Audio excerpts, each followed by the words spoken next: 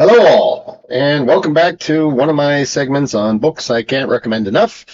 And today, in what was sort of a no-brainer, really, it occurred to me while thinking of books to review next that doing sequels, doing books that are part of a series there that's perfectly okay. Some reason I wanted to focus strictly on like one-off reads or the first book in a series that started it all. But yeah, in many cases, and Dune is certainly one of them, the follow-ups are very, very worth reviewing. They're very worth reading too. And I know for a fact that when it comes to Dune, a lot of people, they either read the first book and then stopped there, or they read the first three books and stopped there. They kind of quit halfway, which is understandable. These books are it is a serious commitment to read the whole Dune sextology there. There's 6 books in total. And yeah, so I did do that. And it was in the course of a summer. So yeah, after university had ended, and I decided to reread the first 3 books, which I had done, and go all the way to the end because I was promised there was an ending. And speaking of which, yes, since Frank Herbert's death in 1986, I believe, his son and science fiction author Kevin J. Anderson picked up the Dune franchise, and they've been writing all manner of stuff. And well, I do believe I got into that at some point. I'm not sure. But yeah, that is worthy of its own separate video there, because there's a lot going on there and a lot of serious controversy. I mean, among Dune fans, the Dune spin-offs, right, the expanded universe and lore or whatever, is very controversial, and I can think of nothing comparable to that except Star Wars. The kind of controversy that happened there, right? Long before Disney bought it, and Lucas's prequels were just getting people really riled up. Anyway, so sticking with the canon stuff, though, Dune Messiah picks up where a few years after the events of Dune took place, and it chronicles what Paul Muad'dib has unleashed on the universe once he's become effectively emperor of the Imperium. And as they illustrate, and they covered this a little bit in Dune 2, which covered the second half of the first book, they explain how the houses of the Imperium rejected Paul's ascension to the throne, which is not what happened in the books here. Some worlds did, but they quickly found themselves on the receiving end of a crysknife. Right? The Fremen, and this was accurate about the movie, the Fremen were mobilized to go to these worlds, fight, kill, bring them under control, and as a result, some years later, Paul Muad'dib he is sitting on a throne that is steeped in blood. Billions of people have been killed as a result of these wars, and Arrakis itself is changing drastically, right? Paul Muad'dib he controls the flow of the spice, so basically no one's in a position to defy him, at least not for long. Those worlds that have tried to, either by, rejecting his authority outright, getting spice via other means. I don't recall it being explained exactly how they did that. But yes, they have been they've been invaded and conquered or even depopulated. That was the extent of the brutality of his jihad. Or in fact, I believe the term crusade is used to refer to it there. Basically, all the terms for holy war are used in the Dune universe. And once again, this really completes the arc of Paul Muad'dib is not a hero. He's not a savior. So anyone who came away with that impression from the movie, I mean, they worked very hard to put like the messages, which are a lot more clear in this book, to put that message into the movies, right? Paul is afraid of his power because he knows what it's going to bring. He knows that there's going to be a terrible outcome, but he does it anyway because he comes to understand that there's some higher purpose to this, and they haven't quite revealed what that is yet. But he's on a path, and unfortunately, that path is leading to the destruction of everything that he holds dear. Especially, he's losing his soul basically, and even a little bit his mind. And also, there are challengers and challenges mobilizing to try and destroy him. And in the midst of all that, his wife, Chani, she is trying to conceive, and she eventually succeeds, and she's going to give birth to twins. And Paul knows that this, once again, we're poised on the edge of the razor blade. Things need to unfold in a certain way in order for what is good and what is right to happen. And yeah, little by little that is revealed over time. And I want to steer clear of spoilers, so that's about as much as I can say there. But yeah, getting back to Arrakis, it is transforming now because Paul, as promised, as the Emperor, he had said to Dr. Kynes in the original, in the first book, he said to him in the original story, Dr. Kynes was a man.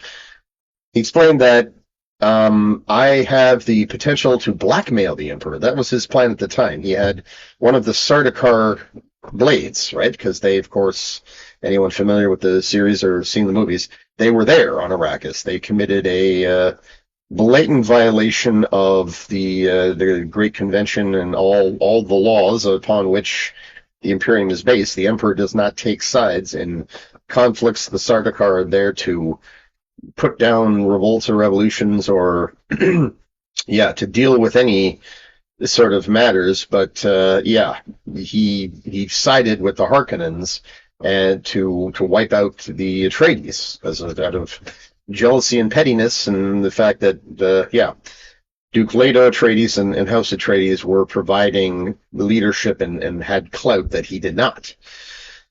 And so Paul, with the crysknife they captured, he says, I can prove that the Emperor was involved. I can blackmail him.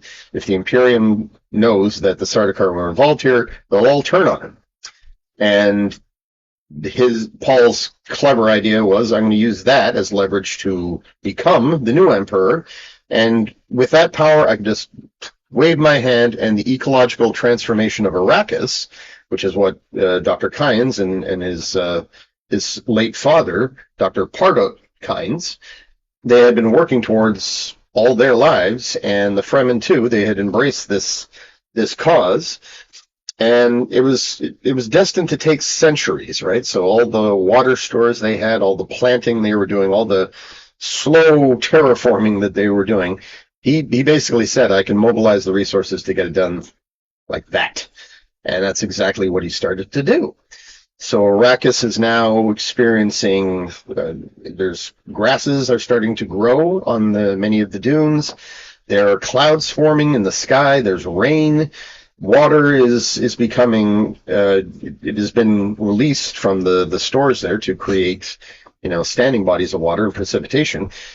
And so it's all happening. But as Paul and certainly everyone on Arrakis is witnessing, it's like, well, we didn't count on this change, destroying our old ways of life, making us dependent or decadent and so forth. And of course, this leads a lot of Fremen to start resisting Paul, not in open rebellion sense, but they are quite concerned. It's like, you've brought all these wonders to Arrakis, and frankly, we don't like it very much, Starting to have a lot of second thoughts about this plan. So, yeah, the book is a very good read. In fact, it is one of my favorites among the sequels. It is pretty short and concise compared to a lot of the others, and it makes its point pretty quickly, pretty early on there. It establishes these threads that culminate really nicely in this big sort of epic finish. And another key feature there is that we are reintroduced to Duncan Idaho. I won't say how, but part of the forces mobilizing against him, which of course include his most likely enemies, House Corino, which is where the previous emperor, that was his house, and he is dead now of natural causes and died on his their exile planet of Seleucus Secundus. Between them, the guild, who are very jealous of their monopoly on it, all interstellar travel, and now the spice, which they are dependent upon, is being tightly controlled by Paul Muad'dib. So them and the Tleilaxu. This book introduces them. And I do believe they're mentioned in the first book. I think they came up in passing, but this book really gets into who they are, and they are a fascinating bunch. We don't really hear a whole lot about them until book 5, where there's like all these big reveals about their origins and who they really are. But yeah, they are basically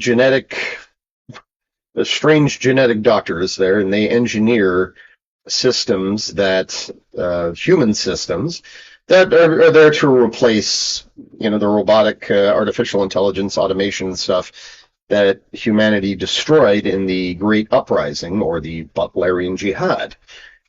And one thing they're very good at doing is, resurrecting dead flesh. So appropriately, Duncan Idaho, who they brought back, they took cells from his dead body and regrew them in what's known as an axolotl tank. And there's more on that later too, right? The name itself sounds like it's a tank of sorts, but it's not. Human systems, right? So they regrow him and give him as a gift to the new emperor. And for Paul, of course, it's like, well, I don't trust this gift for a second, but at the same time, it's my old friend. And he has a purpose here. Paul knows this, so he's sort of playing on that. And this Duncan, of course, does not remember his past life, but there's a workaround there that they get into, which is very important in future books. So, yeah, all of that is there, and also Paul's sister, Alia, has now reached maturity. She is pre-born, of course, so she's like a very old person in a teenager's body, and she's starting to experience she's going through puberty, basically. And that creates a bit of tension around the capital, which is kind of amusing. Lady Jessica is not there. That much I do seem to recall. Or no, wait, I'm sorry.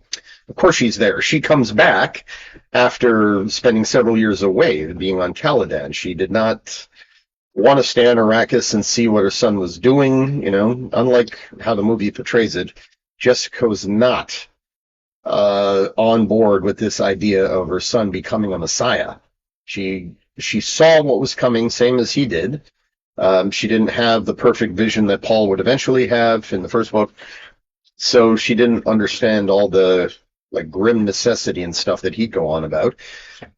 But of course, she was very frightened. It's like, you becoming a messiah to these people makes you, a prophet. You can deliver us from the Harkonnens and defeat the Empire, but then what?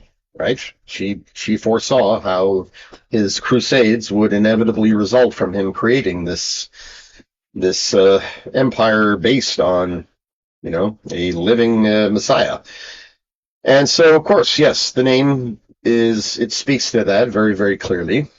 Paul is the Messianic king. He is the armed prophet, which is a term I've heard used to describe Muhammad, right? Whereas Jesus was not an armed prophet, and how that turned out. He died on the cross. Muhammad was an armed prophet, and his forces won. They took over Mecca and Medina and henceforth, after his death, his followers they spread all across what effectively became the Islamic world, right? From Pakistan, modern day Pakistan, all the way to Andalusia, which is modern day Spain. And yeah.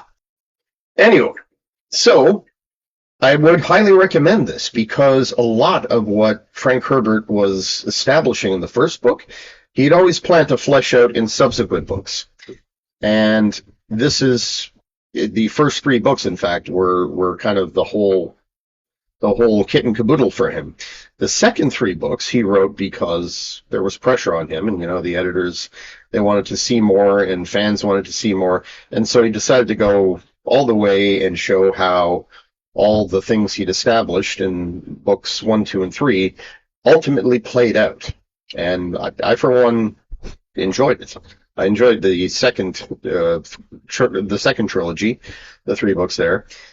And it was very unfortunate that Frank Herbert died before what would have been arguably the last book, the seventh installment, in which, yeah, we learn what it all meant, right? Because we're given a lot of bits and pieces of it there, but it was never finalized. What did Paul see at the end of, his big vision? And subsequent Atreides, what would they see too? Because the story carries on at a certain point without him. So definitely recommend it. It is quite interesting. There are parts that don't age well. I mean, much like Game of Thrones or the Song of Ice and Fire, that series. It's like we're dealing with medieval political structures. We're dealing with sort of the same kind of attitudes, right, and outlooks. So in a lot of cases, you have young children who are now being asked to behave like adults, basically get married, and just post-pubescent children who are expected to have sex and make babies. And yeah, by modern standards, of course, it's like, ugh, that's not appropriate, or that is very gross, especially where age differences are concerned. But again, yeah, it's speaking to the values, several values that are completely alien to us. Yeah, and that's one of the things that makes Dune books so brilliant is the fact that humanity has regressed to a medieval style of politics and social interaction and culture, yet it retains all these advanced futuristic elements. And it's like, it's because they killed all their thinking machines and banned all automation. They went feudal. And that's something that's explained in book 3 rather eloquently, so I will be getting onto that one too. Other books I want to review that are parts of series include William Gibson. I did Neuromancer a while back, but I want to do the follow-ups, which include Count Zero and Mona Lisa Overdrive, and also his second major trilogy, which is called the Bridge Trilogy, and that's Virtual Light, Idoru, and All Tomorrow's Parties, because they're all worthy and they're all good reads, and I went through them because I too wanted to see how it all panned out. And there are others still, other series and so forth, but I'm going to put those in, and I do have a few others on lock. And also, sorry, I forgot William Gibson again. He has his trilogy called the Big End Trilogy, which is actually a contemporary story. It's not futuristic. It's about the future, but 7 minutes from now. Or I think he said 17 minutes from now. Really quite interesting. And also, I'm looking at my stack here. Oh, yes, Charles Stross, some other works of his, like Halting State and Rule 34, 2312 by Kim Stanley Robinson, and this is a very special one, Thompson Highway's Kiss of the Fur Queen. It's one of the most... This is a book that changed the way I view the world and really opened my eyes to a lot of things. And so, the fact that it wasn't on my list in the first place, I tended to be focusing on genres that relate to my own writing and so forth. So I will be, yeah, doing that and similar works. There's a number I would very much be interested in covering, and not the least of which are his play, The Res Sisters, 3-Day Road, author's name I do not recall. Some controversy regarding him too, which I'll get into, but it is a very good book. And also, yes, there are a number of non-Western authors that I definitely want to cover because they absolutely played a huge influence, but I haven't covered them yet because again they're not related to my genre of choice. But yeah, I decided to, seeing as how I've already gotten into like good media studies stuff like Captains of Consciousness and Gwyn Dyer's journalism and looking at contemporary warfare and politics, there is no reason why I shouldn't just embrace all these reads that did have a profound effect on myself and literature in general, and share them. Share what I thought, and if you haven't read them, strongly recommend them. So stay tuned for that. And thank you. And so next time, bit of a toss-up, I'll either be getting into Children of Dune, or I will skip the lane or jump the lane here and deal with any of the number of books I've just mentioned. Okay, take care.